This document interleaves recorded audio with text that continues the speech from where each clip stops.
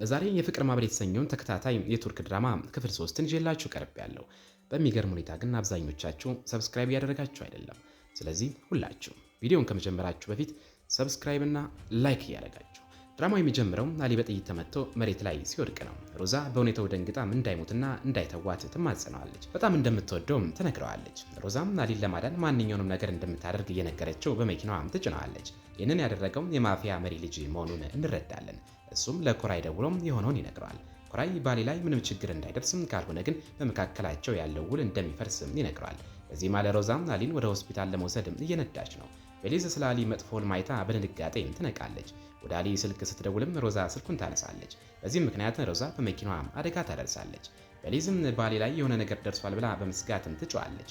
እናቷም ገብታም ታክፋታለች። ወደ ሮዛ ስንመለስ ከአደጋው በኋላ ነቅታም አሊን ለማንቃት ትሞክራለች። ሮዛም እርዳታ ለማግኘትም ትጮኻለች። ነገር ግን በዚህ መሃል ህመም ስለሚሰማትም ራሷን ልትስት ስትል አምቡላንስ ይደርሳል። ቤሊዝን ቤተሰቦቿ ምን እንደሆነ ሲጠይቋት ምንም እንደማታውቅም ትነግራቸዋለች። ነገር ግን ባሊ ላይ የሆነ ነገር እንደደረሰ እርግጠኛ ነች። ቤሊዝም ወደ እሱ መሄድ ትፈልጋለች። አባቷ ግን ተረጋግታ እንድጠብቅና እሱ ሁሉንም ነገር እንደሚያጣራ ይነግራታል። በዚህ መሃል ሮዛ ቤት ውስጥ አለመኖሯ ይታወቃል።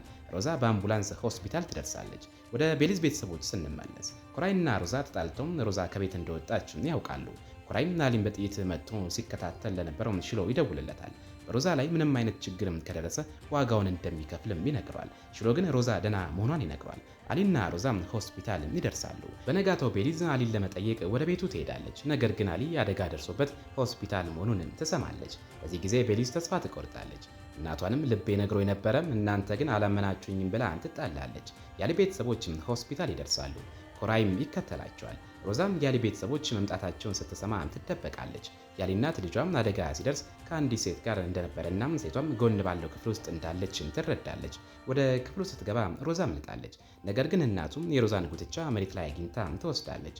አሊ ወደ ቀዶ ጥገና ክፍል ይገባል። ሮዛ ስለሱ በጣም ተጨንቃለች። ኮራይ ወደ ክፍሏ ገብቶ ማን እንዳያትም ይጠይቃታል። እሷም አልታየውም ትላለች። ሮዛም እሱን ትታ መሄድ ትፈልጋለች። እሱ ግን ባሊ ላይ ለደረሰው ነገር እጁ እንደሌለበት ይምልላታል። ሮዛ ግን አታምነውም። ዶክተሩ ወጥቶም ቀዶ ጥገናው ስኬታማ መሆኑንና አሊ ደህና እንደሆነ ለቤተሰቦቹም ይነግራቸዋል። እነሱም በጣም ይደሰታሉ። ነገር ግን አሊ ከአንዲት ሴት ጋር እንደነበረ ሲሰሙ ግራ ይጋባሉ። ሴቷ ማን እንደሆነች አያውቁም። አክስቱ ፋዲላ ፖሊሶችን ስለ ሴቷ ስም ትጠይቃለች። ፖሊሶች ግን መረጃ ከመስጠቷ በፊትም ስለሄደች እንደማያውቁ ይነግሯታል። ኮራይም ሮዛን ይዞ ከሆስፒታል ይወጣል። ቤሊዝም ከእናቷ ጋር ሆስፒታል ትደርሳለች። ስለ አሊም በጣም ተጨንቃለች። ፋዲላ ቤሊዝንና ቤተሰቦቿን ስለማትወዳቸው ቤሊዝ ላይ ታሾፍባታለች። በዚህ ጊዜ ሜርሳልና ሀያቲ የአሊን ሁኔታ ለመጠየቅ ይመጣሉ። ቤሊዝም አሊ በጥይት መመታቱን ስትሰማ ትደነግጣለች። አደጋው እንዲሁ ቀላል የመኪና አደጋ አለመሆኑንም ትረዳለች። ሀያቲም ይህንን ማን እንዳደረገው ሲጠይቅ ሜርሳል ሽሎ ሳይሆን አይቀርም ይላል። ሀያቲ ሊበቀል ሲነሳ ሜርሳል ያቆመዋል። ሁሉም ነገር በጊዜው ይሆናል ይለዋል። ኮራይና ሮዛም ወደ ቤት ይገባሉ።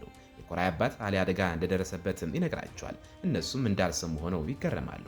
ሮዛም ኮራይን ወደ ቤሊዝ ደውሎም ሁኔታውን እንዲያጣራ ጠይቀዋለች። ኮራይ ግን ይህንን ማድረግ አይፈልግም። ሮዛንም ይዟት ለመሄድ ይሞክራል። ሮዛም ከሱ ጋር ትጣላለች። ይህንን ያደረግከው አንተ እንዳልሆንክ እንዳምን ከፈለግ እውነተኛውን ጥፋተኛ ፈልግልኝ ትለዋለች። ከሱ ጋር የምትኖረው አሊ በሰላም እንዲኖር ብቻ መሆኑንም ትነግረዋለች። በምሽት ሮዛ ስለ አሊ ተጨንቃ ምን ማድረግ እንዳለባት ግራ ይገባታል። በዚህ መሃል ቤሊዝም አሊ አጠገብ ሆና ትጠብቀዋለች። ሮዛ ወደ ቤሊዝ ደውላ አሊ ደና እንደሆነ ትጠይቃታለች። ቤሊዝም ደና መሆኑን ትነግራታለች። ቤሊዝ ስልኩን ስፒከር ላይ ታደርገዋለች። አሊም የሮዛን ድምፅ ሲሰማ ይነቃል። ደህና መሆኗንም ይጠይቃታል። ቤሊዝ ግን በመድኃኒቱም ውስጥ ሆኖ የሚቀባጥር መስሏት ንግግሩን ቦታ አትሰጠውም። አሚራም ገብታ ሮዛ ስለ አሊ ስትጠይቅ እንደነበረም ቤሊዝ ትነግራታለች። እሷም ሮዛ በጣም ደግ ሴት ናት ትላለች። ያሊ አባትና ወንድሙም አሊ አደጋው ሲደርስ አብራ የነበረችው ሴት ማን እንደሆነች ለማወቅ ይፈልጋሉ። ቤሊዝም ይህንን ትሰማ ይሆን ብለውም ይሰጋሉ። ኮራይ ለሽሎ ይደውላል። ሽሎም ጥፋቱን ሰርታጅ በሚባለው ሰው ላይ እንደሚያላክኩት ይነግረዋል። አሊም ከዚህ በፊትም ከሱ ጋር ተጣልቶ ስለነበር ፖሊስ አሊን ለመግደል እንደሞከረ በቀላሉም ያምናል ብሎ ያስባሉ። በዚህ ጊዜ ሮዛም የአሊን ስም ትሰማና ኮራይን ባሊ ላይ ይህንን ያደረገውን ሰው ማን እንደሆነ አወቅ ብላ ትጠይቋለች። ኮራይም አዎ ያደረገውን ሰርታጅ የተባለው የቤሊዝ የቀድሞ ፍቅረኛ ነው ይላታል።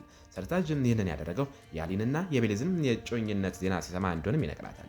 ሮዛ ባታምነውም ኮራይ ግን በቅርቡ ሁሉም ያውቃሉ፣ እኔ አንቺን እንደምወድሽም ሁሉ አሊና ቤሊዝም ይዋደዳሉ ይላታል። ሮዛም ትታው ትሄዳለች። የአሊ እናት ደግሞ አደጋው ሲደርስ ከአሊ ጋር መኪና ውስጥ የነበረችው ሴት ማናት ብላ ራሷን ትጠይቃለች። በማግስቱ አሊ ከሆስፒታል ወጥቶ ወደ ቤቱ ይሄዳል። ቤሊዝ ሁልጊዜም አጠገቡ ትሆናለች። በዚህ ማለት ሆሜራ ትገባለች። ቤሊዝም ዛሬም ሮዛ የሰርግ ልብስ ልትለካ ትሄዳለች።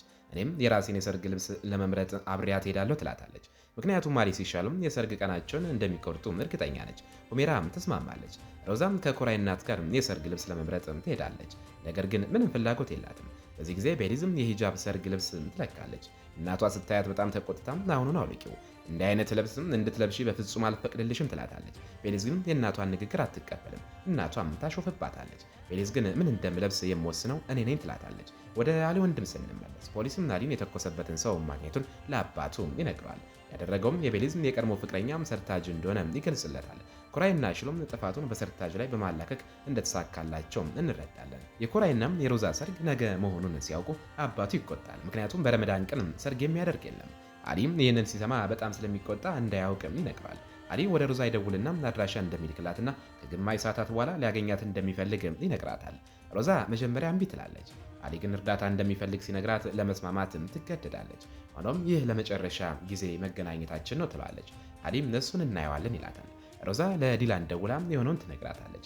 አሊ ቤተሰቦቹ እንዳይጨነቁ ከቤት መውጣቱን ለጠባቂዎቹ እንዳይናገሩ አዞ ይወጣል። ነገር ግን ወንድሙ ሲወጣ አይቶት ይከተለዋል። ዲላን ሮዛን አሊ ጋር ታደርሳታለች። ሮዛ ከመውረዷ በፊት ለዲላን ኮራይ የነገረኝን ታሪክ አላምነው፣ ያደረገው እሱ እንደሆነ እጠራጠራለሁ ትላለች። እውነቱን ራሷ እንደምታጣራም ትናገራለች። ዲላንም አሊ ነገ ሰርግሽ እንደሆነ ያውቃል ብላ ትጠይቃታለች። ሮዛም አያውቅም፣ ሰርጉን እንዳያበላሽ ሁሉም ነገር ካለቀ በኋላ እንዲያውቅ ነው የምፈልገው ትላለች። አሊም ሮዛን ከሩቅ አይቷት ወደ እሱ ትመጣለች። ስለ ጤንነቱም ትጠይቀዋለች። አሊ አትጨነቅ ይላታል። በጥይት የተመታበትን ቦታ ማንም እንደማያውቅና በወቅቱም አንድ ሰው እየተከታተላቸው እንደነበር ይነግራታል።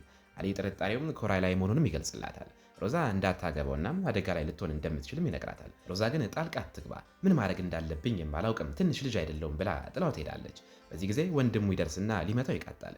ከዚች ሴት ጋር ምን ታደርጋለህ ብሎ ይጠይቀዋል። አሊ እንደሚወዳት ሲነግረው ወንድሙ ይበልጥ ተቆጥቶ ይህች እኮ የኮራይ እጮኛ ናት ይለዋል።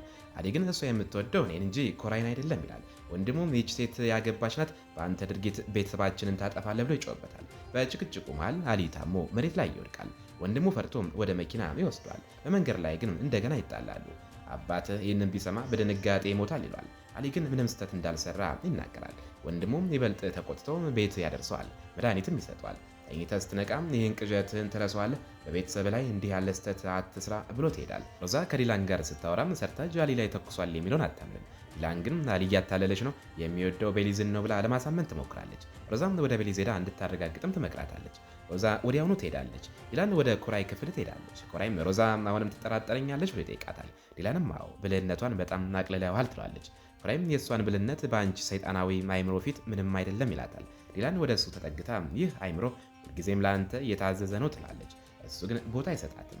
አሁኑኑ ከክፍሌ ውጪ ሮዛ እዚህ እንዳታይሽ ብሎ ያባርራታል። ሮዛ ቤሊዝን ስለ ሰርታጅም ትጠይቃታለች። ከኮራይ እንደሰማችም የቀድሞ ፍቅረኛዋ መሆኑንም ትነግራታለች። ቤሊዝም አሁን ግን ለምን ጠየቅሽኝ ትላታለች። ሮዛም አሁን በመካከላችሁ የሆነ ነገር አለ ብላ ትጠይቃታለች። ቤሊዝ ተቆጥታ እኔ ያሊ እጮኛ ነኝ፣ በቅርቡ እንጋባለን ትላታለች። ወደ ሮዛ አባት ስንመለስ ወደ ቤት መጥቶም ሮዛን ለማየት ለጠባቂዎቹም ይጠይቃል። ይህን ያደረገው አንድ ጥቅል ሊሰጣትን ስለፈለገ ነው። ሮዛም አባቷ ልጄ ይህንን ሰይጣን እንድታገባ አልፈቅድም ብሎ ለራሱ ይናገራል። በዚህ መሃል አገልጋዮቹ መጥተው ሮዛን አንድ ሰው እየፈለጋት እንደሆነ ይነግራታል። ሮዛ ወደ ታች ትወርዳለች። ነገር ግን ጠባቂዎቹም ሰውየው ስልክ ተደውሎለት በድንገት ጥሏት እንደሄደ ይነግሯታል። ሮዛ በሁኔታው ግራ ተጋብታ ካሜራዎቹን ለማየት ትጠይቃለች። ጠባቂው ግን ሰውየውን እንዳየውና በካሜራዎቹ ግን እንዳልታየ ይነግራታል። ወደ ሮዛ አባት ስንመለስ ጓደኛው ከሱ ጋር ይጣላል። ልታስገድለን ነበር ይሏል። የሮዛ አባት ተጨንቋል። ምክንያቱም ኮራይም የሮዛንና የሱን ግንኙነት እንዳይከለክል አንስቶበታል። የሮዛ አባትም የሮዛን ሰርግ ለማስቆም ቢሞክር ኮራይም ሮዛ የልጅ ልጁ መሆኗን ለአባቱ ለኡሙር እንደሚነግርና ኡሙር ደግሞ እንደሚገላት አስፈራርቶታል። በማግስቱም የኮራይና የሮዛ የሰርግ ቀን ይሆናል።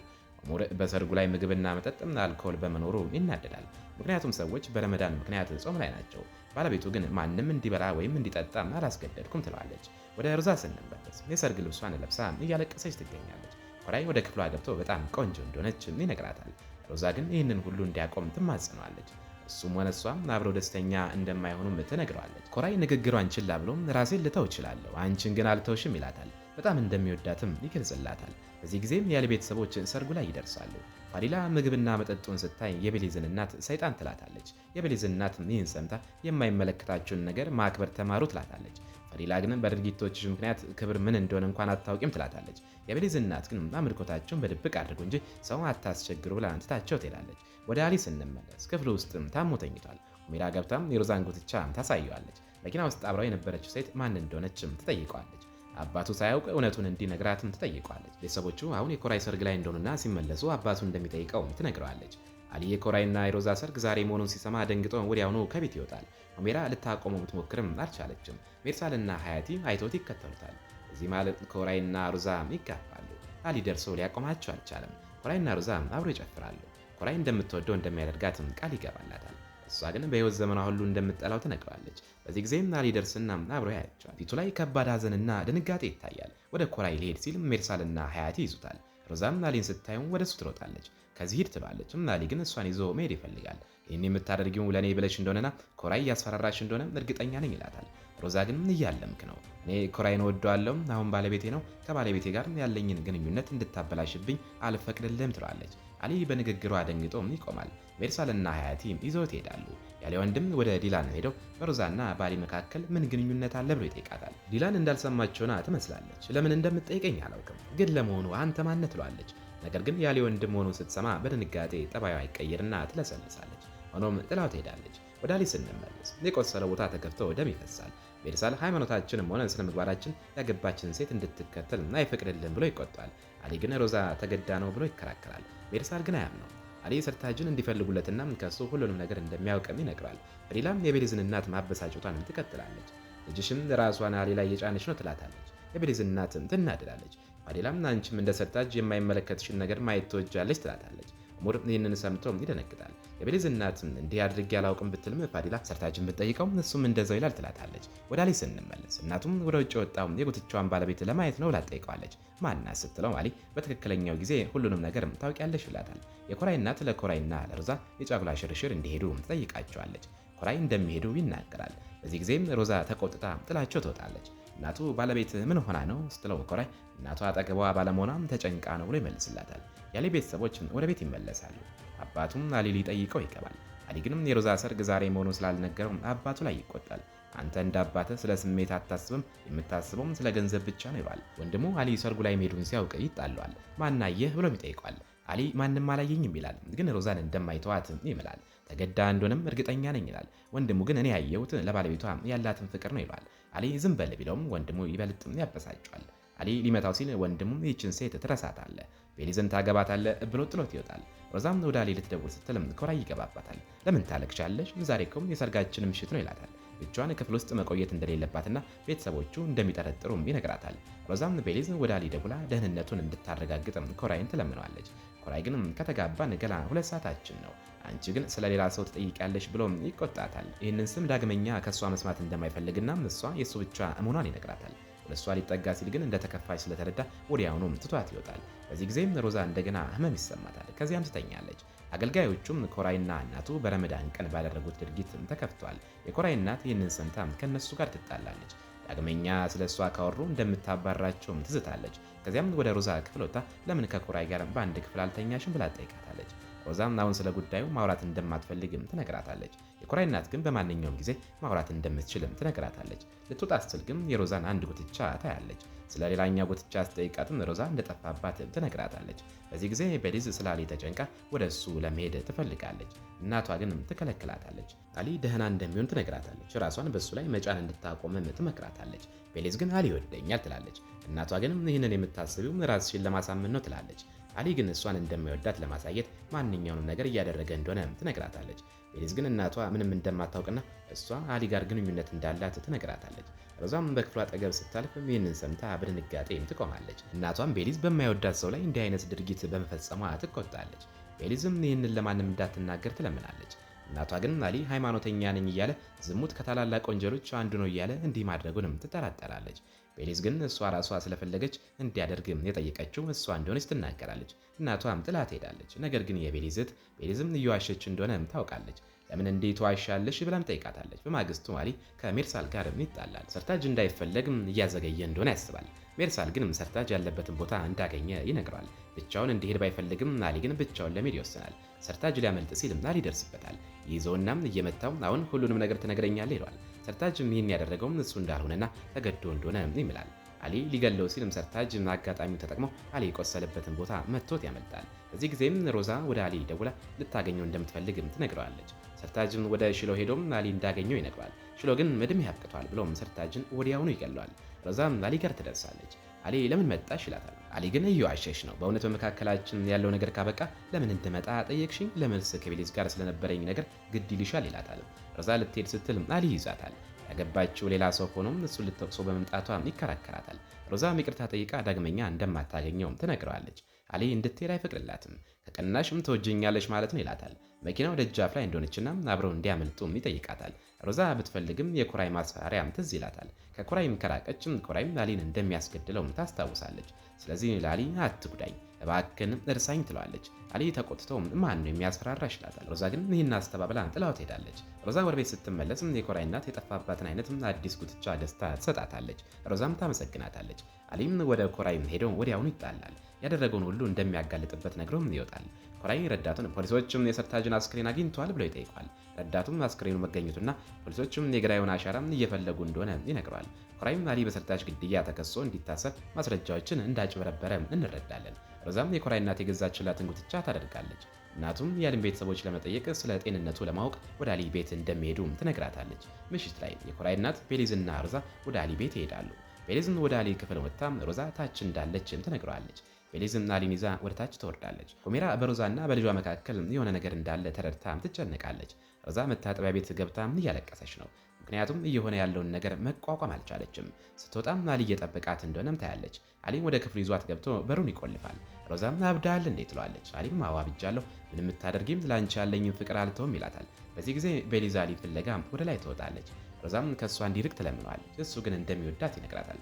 ከዚያም ትታው ትወጣለች። አሊ ተከትሏት ሲወጣ ቤሊዝ ታያቸዋለች። በዚህ ጊዜም ሁሜራ በሮዛ ጆሮ ላይ ያለውን ጉትቻ ታያለች። ጉትቻውም አሊ አደጋ በደረሰበት ቀን ያገኘችው አይነት መሆኑን ታረጋግጣለች። አሊም ከኮራይ ሚስት ጋር ግንኙነት እንዳለው ስታውቅ በጣም ትደነግጣለች። ወደ ልጇ ሜዳ ትመታዋለች። ያገኘችውንም የሮዛን ጉትቻ አሳይታ የምትወዳት ሴት ሮዛ ናት ብላ ትጠይቋለች።